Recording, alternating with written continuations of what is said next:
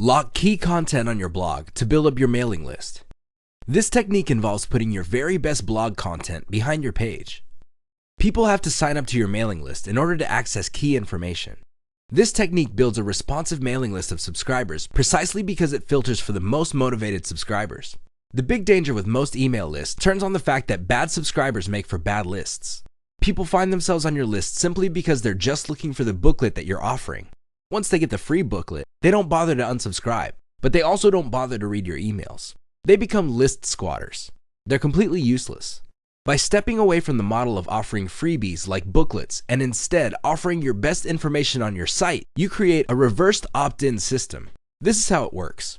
You publish high-quality content based on your readers' needs. These all lead to different solutions.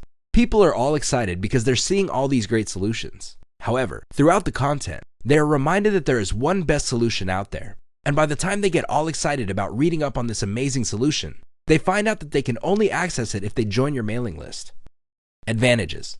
The big advantage of this technique in boosting mailing list responsiveness is that you start at the beginning. You only recruit people who are actually interested in the information your mailing list offers.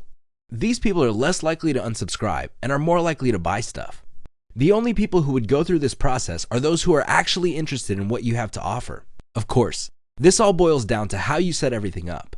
If you're making all sorts of unrealistic promises, chances are you'll end up only attracting the wrong people. These are people who are not really all that interesting. Disadvantages. There's really only one big disadvantage with this technique. You will get a lower number of subscribers. How come? You heavily filter them based on the content of your blog. Only people who are truly hyped up and excited about the best solution would make it all the way through. The good news is you're compensated for this lower number by the fact that these people are more likely to subscribe to your list, less likely to unsubscribe, and more likely to buy.